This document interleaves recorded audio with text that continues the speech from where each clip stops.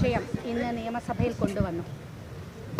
അതിൽ jail പുള്ളികൾക്ക് parole കൊടുക്കുന്നത് ആദ്യത്തെ വിഷയമല്ല. നമ്മൾ നിരവധി പ്രാവശ്യം കേരളം ഇത് ചർച്ച ചെയ്താണ്.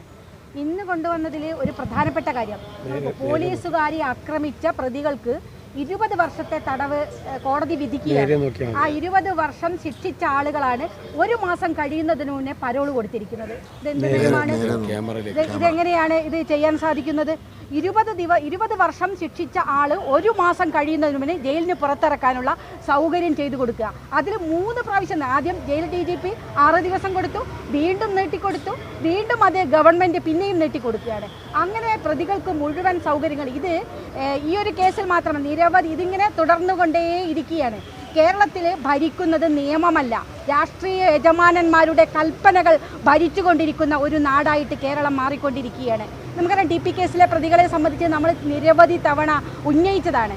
അതിൽ ഏറ്റവും നമുക്ക് പ്രധാനപ്പെട്ട ഒരുപക്ഷെ ഈ നാട് ചർച്ച ചെയ്യേണ്ട ഒരു പ്രധാനപ്പെട്ട വിഷയം 1081 ദിവസം 1000-ലധികം ദിവസം ഈ പ്രതികൾക്ക് പരോള് കൊടുക്കുന്നതിനെ സംബന്ധിച്ച് നമ്മൾ ചർച്ച ചെയ്തു. അതിൽ നമ്മൾ കാണേണ്ട അതിൻ്റെ റീസൺ, ഈ ജയിൽ നിയമപ്രകാരം ഏറ്റവും ഗുരുതരമായി അസുഖം ബാധിച്ച ആളുകൾക്ക് മരിച്ചപ്പോൾ അല്ലെങ്കിൽ ബന്ധുക്കൾ മരണപ്പെട്ടാൽ അങ്ങനെയൊക്കെയാണ് പരോൾ അനുവദിക്കുക, അടിയന്തര പരോൾ അനുവദിക്കുക. പക്ഷേ ഈ TP കേസിലെ പ്രതികൾക്ക് മാത്രം അനുവദിച്ച പരോളിൻ്റെ കാരണമാണ് ഏറ്റവും വിചിത്രം. Time to spend family members. എല്ലാവർക്കും നിങ്ങൾ നോക്കണം, രാമചന്ദ്രൻ, ഈ ഡീറ്റെയിൽസ് ഇവിടുത്തെ മാധ്യമങ്ങളും പൊതുസമൂഹവും പരിശോധിക്കേണ്ടതാണ്. 1 മാസം പോലും ജയിലിൽ കിടക്കുന്നില്ല. 1 മാസം കിടന്ന് തൊട്ടടുത്ത മാസം വീണ്ടും ഇറങ്ങുകയാണ്.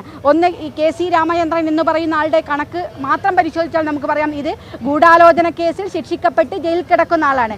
അതിൻ്റെ കാരണമാണ് വിചിത്രമായ കാരണം, time to spend family members. ഇത് നിയമത്തിലുള്ളതാണോ? ഇത് കേരളത്തിൻ്റെ ആഭ്യന്തര വകുപ്പ് മന്ത്രി പറയണ്ടേ? അത് ചോദിക്കുമ്പോൾ ആഭ്യന്തര വകുപ്പ് മന്ത്രി, കേരളത്തിൻ്റെ മുഖ്യമന്ത്രി ഇന്ന് സഭയിലില്ല. ഈ ചോദ്യങ്ങൾക്ക് മറുപടി പറയേണ്ടി വരും എന്ന് ഉറപ്പുള്ളത് കൊണ്ടാണ് അദ്ദേഹം ഇന്ന് സഭയിൽ വരാതിരുന്നത്.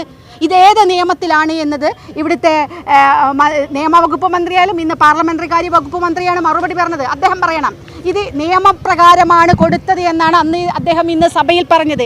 ഇതേത് നിയമപ്രകാരമാണ്? ഏത് നിയമത്തിലെ വകുപ്പാണ് time to spend family members? അതായത് എല്ലാ മാസവും 1 മാസം ജയിലിലാണെങ്കിൽ പിറ്റത്തെ മാസം ഫാമിലിയുടെ കൂടെ ചെലവഴിക്കാൻ വേണ്ടിയിട്ട് പരോള് കൊടുക്കുന്ന ഒരു കേരളത്തിലെ വിചിത്രമായ സംഭവങ്ങൾ നമ്മൾ കാണുകയാണ്. ഈ വിഷയം ഈ സഭയിൽ ചർച്ച ചെയ്യേണ്ടേ? നിരവധി പ്രാവശ്യം ഈ വിഷയം കൊണ്ടുവന്നു, പക്ഷേ സഭ അനുവദിച്ചിട്ടില്ല ഈ വിഷയങ്ങളൊന്നും ചർച്ച ചെയ്യാൻ വേണ്ടിയിട്ട്.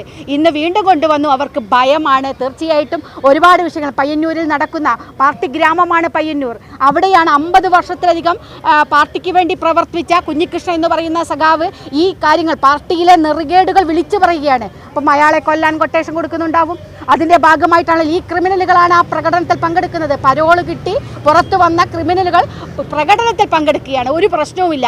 ഏത് നിയമപ്രകാരമാണ് ഇവർക്ക് ഈ പ്രകടനത്തിൽ പങ്കെടുക്കാൻ കഴിയുന്ന? ഏത് നിയമപ്രകാരമാണ്? ജയിൽ DIG കൈക്കൂലി വാങ്ങുകയാണ്. കൊടിസുനിയുടെ കയ്യിൽ നിന്ന് 1,80,000 രൂപ, അണ്ണൻ സുജിത്തിൻ്റെ കയ്യിൽ നിന്ന് 45,000 രൂപ.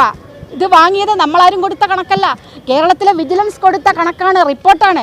വിജിലൻസ് മേധാവി മനോജ് എബ്രഹാം സാർ കൊടുത്തല്ലോ റിപ്പോർട്ട്. എന്ത് നടപടിയെടുത്തു? കുറേ ദിവസങ്ങൾ കഴിഞ്ഞതിന് ശേഷം പേരിലൊരു സസ്പെൻഷൻ.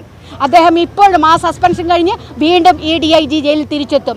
ഇവരാണ് ഈ ക്രിമിനലുകൾക്കെല്ലാം സൗകര്യം ചെയ്തു കൊടുത്തുകൊണ്ടിരിക്കുന്നത് ഈ നാട്ടിൽ. ഇങ്ങനെ ക്രിമിനലുകളെ വാഴുന്ന ഒരു സംസ്ഥാനമായി കേരളം മാറിക്കൊണ്ടിരിക്കുന്നത് കേരളത്തിലെ സഭയും കേരളത്തിലെ ജനങ്ങളും ചർച്ച ചെയ്യണം. ഇതെന്താണോ പിണറായി വിജയൻ്റെ മുഖമുദ്ര എന്നത് തീർച്ചയായിട്ടും ഈ നാട് ചർച്ച ചെയ്യപ്പെടേണ്ട വിഷയമാണ്.